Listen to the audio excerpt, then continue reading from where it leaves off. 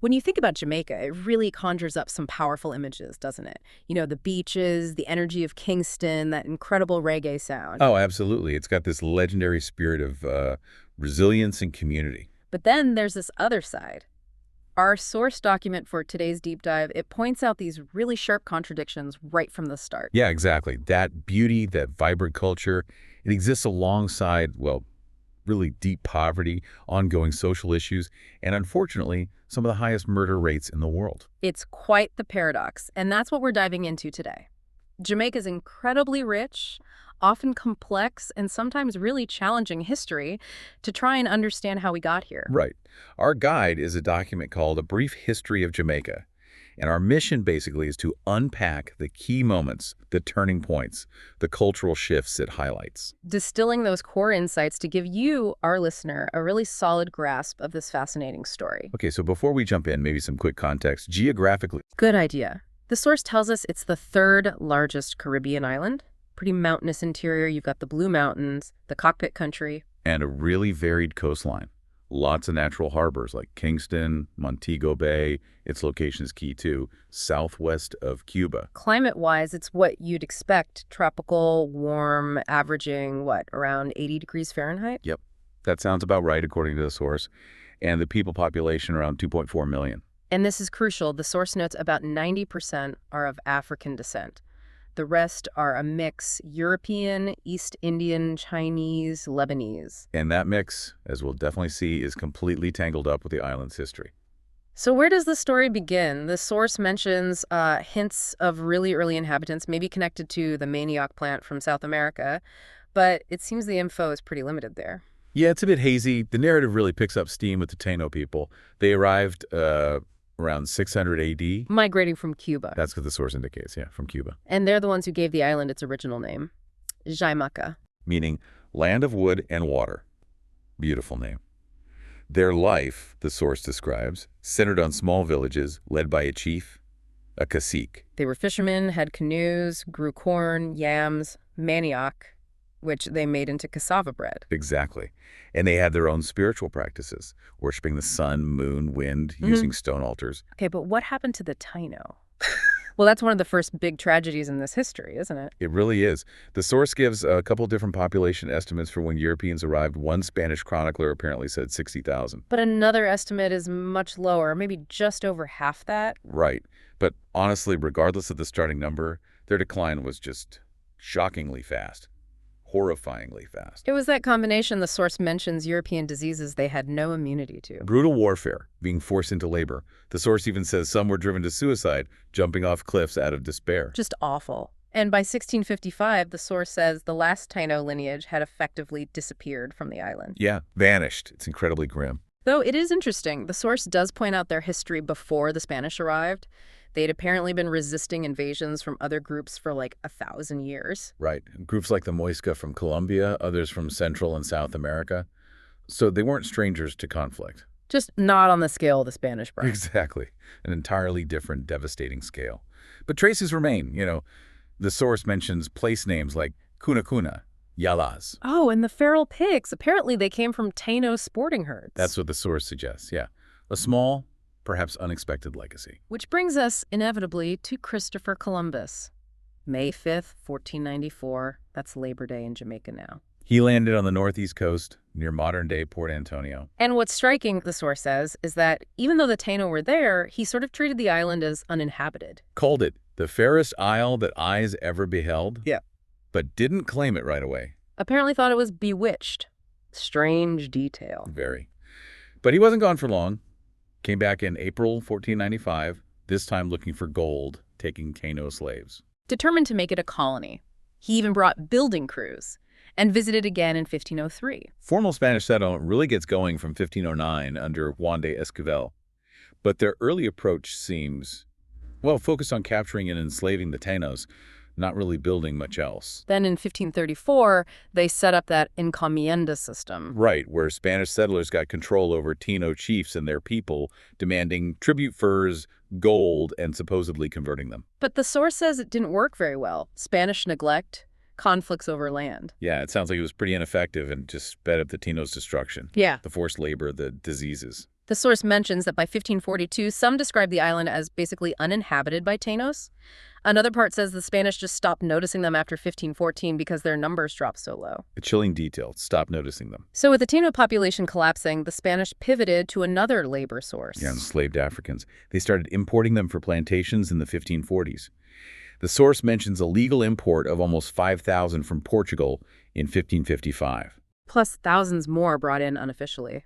The population figures from this time are a bit confusing in the source. They vary quite a bit. One section estimates that just before the English arrived, there were maybe 10,000 Spaniards, 20,000 mulattoes, and a staggering 200,000 enslaved Africans. Whoa, 200,000. But another part gives much smaller numbers for 1542, like 110 Spanish families, only 2,000 enslaved Africans, and 6,000 Taino slaves then? Yeah, the numbers definitely conflict in the source material, but the trend is clear. The shift towards relying almost entirely on enslaved African labor is undeniable. And the Spanish did eventually establish some structure. Towns like Santiago, which became Spanish Town. An agricultural economy by the 1550s, sugar, rum, cattle. They built Port Royal in the 1570s, partly for defense against pirates. Because pirates were a constant headache for them. Absolutely. And they also had this underlying fear, the source mentions, that any remaining Taino might team up with the enslaved Africans. That fear of outside threats eventually materialized, but not from pirates, not initially. It was the English. Right. English privateers started raiding from the 1560s. Then came more serious attacks, a failed one in 1654. And then the big one, May 10th, 1655. They took Santiago pretty quickly by early June, and the Spanish mostly just left by the end of that month. The source puts this whole thing in the context of the wider Anglo-Spanish conflict, other English attacks on Spanish shipping and stuff. Yeah, it wasn't an isolated event. So this English takeover in 55, it was partly because they'd failed to capture Santo Domingo earlier. They just redirected to Jamaica. That seems to be the case, according to the source. And they overwhelmed the Spanish forces in Spanish Town relatively easily. But formal British ownership wasn't confirmed until later. Much later, yeah. The Treaty of Madrid in 1670 made it official. And early on, under the British, Lord Windsor arrived in 1662 with a proclamation. Granting the unenslaved folks the rights of British citizens, it set up that system of crown-appointed governors advised by a council. But the real turning point, economically, came mid-century. Sugarcane. Introduced by the Dutch, apparently. They urged British growers in the West Indies to switch from things like cotton and tobacco to sugar. And that switch, well, it triggered a massive economic boom. Huge. But sugar is incredibly labor-intensive. So driven by this sugar rush, the importation of enslaved Africans just exploded. By the end of the 17th century, the source says the enslaved population outnumbered the white population almost 5 to 1. 5 to 1, wow. Sugar became absolutely fundamental to the British economy, especially the source notes during the Napoleonic Wars. The numbers are just staggering. The source tracks the enslaved population, 180,000 by 1800, climbing to 340,000 by 1820. It's still around 275,000 right before emancipation in the 1830s. The economic impact was enormous, generated huge wealth for slaveholders and merchants back in Britain. Fueled a massive boom for the empire, spurred maritime growth. Yeah. But on the island itself, it pushed out white indentured labor, created massive social tension. And the source mentions an act in 1670 solidifying the power of these Barbadian planters who moved in. Yeah, consolidating that planter control. And this whole massive wealth-generating machine was built on, well, the horrors of the Middle Passage. The source is pretty explicit and harrowing about that journey. Africans captured inland, sold for goods like iron and rum. Then packed onto ships. Maybe 250 slaves, tiny crew, shackled. Awful conditions. Lying in excrement, vomit. The source mentions planks, sometimes shoved in mouths, possibly causing choking. Just unimaginable suffering. Though it also notes enslaved Africans did sometimes try to fight back violently against the ship's crews. Understandably. Then, if they survived the journey, they faced the auction block. Sold like property. Yeah. Bald, oiled, the auctioneer making jokes, dehumanizing. Utterly. And from then on, no rights. Worked for little or nothing, slept where ordered, punished severely. Whipping with a cat-o'-nine-tails mentioned for even speaking Creole. And the source hammers home this point. The money, all the profit from the sugar, coffee, tobacco, it went back to Britain on British ships. Extracted wealth. Yeah. Taken right off the island. Exactly. And you can see, can't you, how that pattern of wealth being created in Jamaica but immediately leaving it. How that sets a foundation for some of the economic inequalities that still exist. That extraction is such a critical piece. Now, even within this brutal system, there was always resistance. The Maroons are a major example. Right. The source explains when the Spanish fled in 1655, they left behind some enslaved people. These individuals eventually merged with others who had escaped slavery. And they formed these independent communities up in the mountains, became known as the Maroons. They set up their own towns. The source says they sometimes even linked up with or supported remaining Taino or Carib groups who were also under pressure. And they fought the English constantly. There were leaders who allied with the British, like Juan de Bolas. Yes, he got land and a pension for cooperating, according to the source. But there were powerful resistance leaders, too, like Cujo and Accompong among the Windward Maroons. This fighting went on for decades, didn't it? Until treaties in 1739 and 1740. Right, peace treaties were signed. But the source is careful. It says this didn't really end the resistance. And the British apparently saw the treaties as kind of oppressive themselves because they weren't willing to give the Maroons full autonomy. And these treaties definitely didn't stop resistance on the plantations. The source mentions a huge escape in 1760, nearly 1,000 slaves from one estate. Called it the greatest insurrection seen up to that point. There were proclamations praising virtuous Maroons, enslaved people grabbing weapons. These successful escapes, like the Bagors mentioned, really spooked planters across the Caribbean and even in Europe. Yeah, raised fears of wider revolts. Interestingly, the source also notes that when Maroons fought against French or Dutch colonies, it actually helped the British indirectly. Strategic side effect. Okay, so over time, the pressure against slavery itself started building, particularly back in Britain. Anti-slavery sentiment grew. In Jamaica itself, the local assembly passed some acts for gradual emancipation in the late 1790s. But the source says they were rejected by the enslaved and ignored by the colonial powers. Yeah, didn't go anywhere. Unrest among the enslaved kept growing, leading to more revolts. Sam Sharp's 1831 Christmas Revolt is highlighted as really significant. It shocked the planters so much it helped push the British government towards abolition.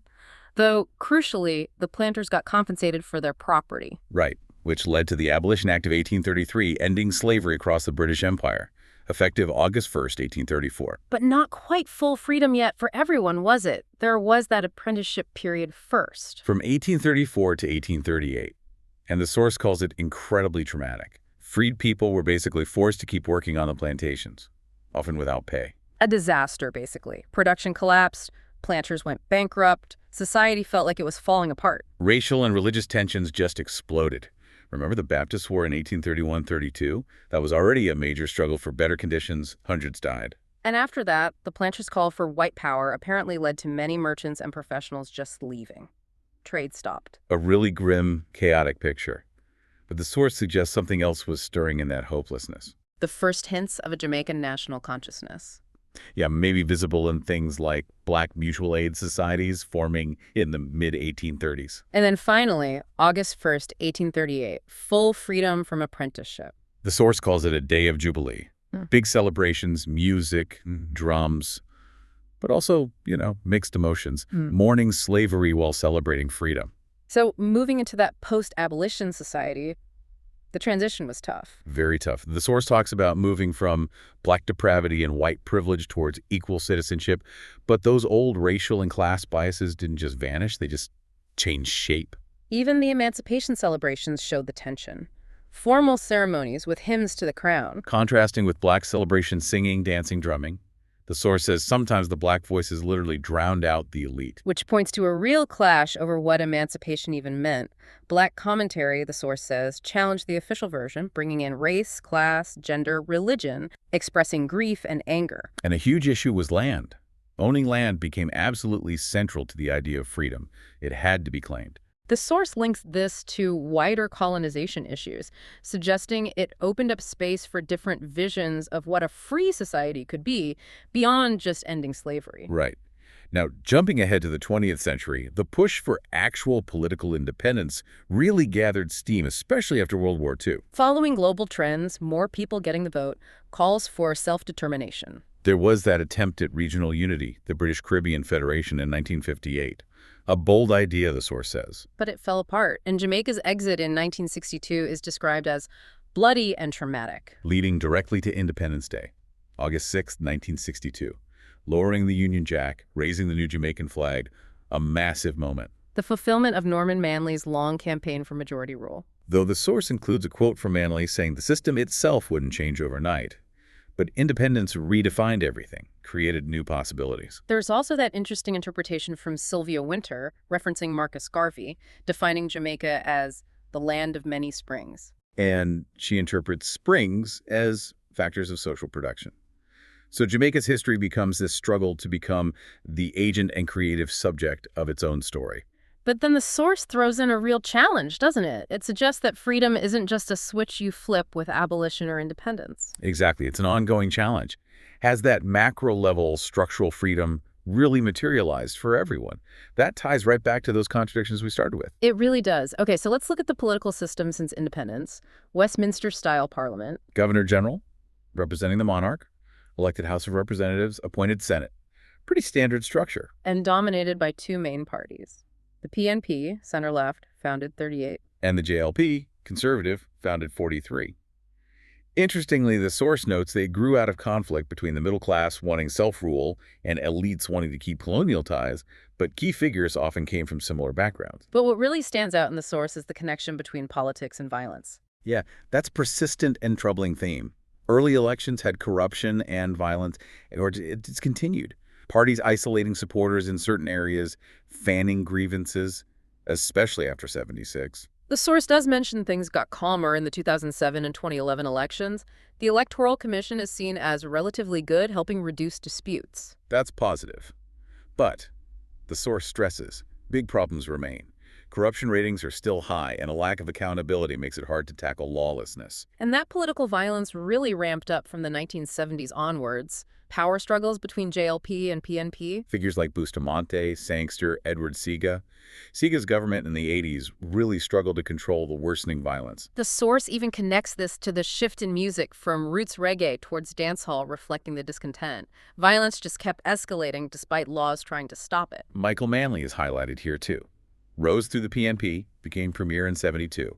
His style focused more on nationhood, independence, maybe different from his father Norman's focus. And strongly anti-communist, apparently feared Castro's influence. Yes, but the source says his rhetoric varied, sometimes emphasizing empathy, other times using pretty abrasive language about U.S. neocolonial dependency. And the source circles back again to the violence, high rates of political murders in the 90s, links to gangs, factions, even accusations that parties were involved, seeing the Rude Boy movement as a political force. It's a really complex and often violent political history laid out here. Turning to the economy, there's been a big shift away from agriculture, right? From nearly 30% of GDP in the 60s down to maybe 7% by 2010. That's a major structural change. But agriculture is still vital. Employs about 20% of the workforce, provides food. Jamaica has good conditions, climate, soil. But challenges too, land tenure, marketing, finance, though the source says it's now seen as a potential growth driver again. Interesting side note on the economy from the source. Jamaica set up a national oil refinery before independence. First oil-importing developing country to do so. But that move apparently locked independence on foreign oil, made crises like oil price shocks harder to handle compared to neighbors without refineries. That's the argument presented, yeah. An unintended consequence, perhaps. Okay, but the big earner now is tourism. Huge income, major employer. Definitely. U.S. $2 billion back in 1995, according to the source, plus all the indirect jobs. It projects that global image. But the source adds a critical lens, says it can hide the reality of poverty, like in Kingston ghettos. And often locals don't have much stake because land leases favor big hotel chains. It's described from that post-colonial perspective as mass commercialism. And again, the source links worsening economic conditions directly to reports of violence and insecurity. That connection keeps coming up. So specific social issues. Violence and poverty are highlighted as the most visible. Poverty at 25%. And the crime rates, particularly murder rates. The source points to the early 90s as being incredibly bad. Over 900 killings in '94 alone. That's extremely high per capita. Linked to weapons coming in, social breakdown, gang rivalries, political stuff. Murders happening in public, guns being the main weapon, even an increase in contract killings. There were police crackdowns mid-90s that caused a temporary dip. Yeah, seizing guns, detaining people. But the gangs adapted, the source says, even expanded a dial-a-murder business. High rates just continued. And the impact on everyday life made being outdoors risky, even affected tourism sites. attacks on prominent people, gangs fueled by easy access to guns. It's a pervasive issue described in the source. Moving to health and education, Jamaica does relatively well compared to the Caribbean average on literacy and access. But progress slowed down after the 70s. Political instability, funding issues, privatization. Family planning access is good, but early childhood education enrollment is low, especially outside the cities, for poorer families. Immunization rates low too. Infant mortality high compared to similar countries. And the source makes a specific point about violence against women being rampant, among the highest domestic violence rates globally. Jamaica signed international agreements, but the source says real social and economic power for women and girls remains a huge challenge. Female leadership is just a thin top layer. So how does the source sum up the social climate today? It uses words like violence, crime, unemployment, moral decay, suggests a need for reflection. Yeah, and it notes this strange contrast between these deep problems and just daily life carrying on. And maybe fewer people trying to analyze why things are this way. A difficult picture.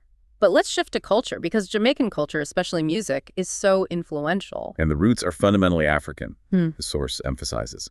Early folk songs, religious practices, traceable right back to Africa. Creole music, folk music, capturing the spirit through those African rhythms, drums like the djembe. And that whole process of creolization, Jamaican Creole developing as a shared language among enslaved Africans from different backgrounds. Maroon communities were also crucial for preserving African heritage. So you have this collision, European cultures, Spanish and British, meeting African cultures, and that shapes everything: music, dance, drama, visual arts. British influence brought Western classical music, schools, church spreading British values. But while reggae is famous worldwide, the source stresses Jamaican music is much richer and older. Mento, ska, rocksteady came first. These are hybrid forms, yes, but folk and classical traditions exist too.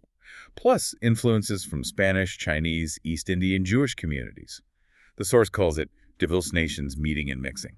Reggae's evolution itself is fascinating. Ska, then the slower rocksteady reflecting social issues, then reggae with its dub influences. Becoming this powerful way to talk about social and political reality. Think about the late 70s economic anxieties expressed in the music. And as Jamaican studies spread internationally, reggae went global. Communicating identity, Bob Marley's Africa Unite, Jimmy Cliff. The source quotes Marley, "Positive vibrations, Mom. That's what makes it work." It really bridged divides, didn't it? Class, international borders helped create the world music category. Used technology effectively, appealed to universal themes, transcended its specific origins. It really thrived globally. And the source connects this back to literature and other arts, too. Folk traditions persisted, maybe underground sometimes, influencing rhythms, training, eventually hitting commercial platforms, sparking dance theater. Those folk roots laid the foundation. Reggae addressed inequalities. Musicians created these postmodern hybrid styles. It's a really dynamic cultural history. Okay, zooming out to Jamaica's place in the world. Those struggles for reform didn't end with independence in the 60s. No, the source points to the rise of an educated middle class, meaning political fights increasingly involved trade unions, this middle class. Political tensions remain high. Mentions of Unigov in '74, restrictions on opposition, accusations flying between PNP Manly and JLP Siga about authoritarianism, about violence. That rude boy movement seen as a political force again. But despite these internal issues, Jamaica has been really active internationally. Yeah, member of CARICOM, UN, OAS, World Bank, IMF, hosts organizations. Generally good relations. Played a key role in the non-aligned movement in the 70s, right? Pushing for small developing countries. An intellectual leader there, yeah. Secured special considerations. Active at the UN too. Carrying committees. Involved in peacekeeping. Domestic laws reflect international concerns. Recognizes international courts and bodies. Very active in specialized UN agencies. WHO, UNESCO, FAO. Sees their importance, even if Jamaica itself ranks low on achieving their goals globally. Less successful, the source suggests, in bodies aiming for more unity, like the Commonwealth, unworthy anachronism, or the OAU. Sees more potential in the OAS. So, wrapping this all up, this historical document really shows why a brief history of Jamaica is so hard to write. Just so many layers. Conquest, reconquest, that long struggle for independence. The source points to key legacies. Spanish bringing African slavery, trying to whitewash things. British rule bringing economic growth, but built on brutality. The push for independence creating heroes, reformers, and those two parties emerging, often reflecting and maybe worsening class divisions. Decolonization brought opportunities for prosperity, yes, but also unleashed a lot of instability. And these historical threads, all laid out in the source, they lead us right back to that initial contradiction, don't they? That stark contrast between the beauty and culture and the poverty and violence. Understanding that paradox, the document argues, means grappling head-on with the legacies of colonialism and post-colonialism. They're completely intertwined. It's a history ultimately of incredible resilience, immense struggle, but also profound transformation. So thinking about everything we've unpacked from this source, Jamaica's long journey through external control, internal conflict, the constant search for self-determination, what might be the single most vital factor needed today to tackle those persistent challenges? Inequality, violence, governance, and finally fully realize that vision Sylvia Wynter talked about, becoming the true agent and creative subject of its own destiny.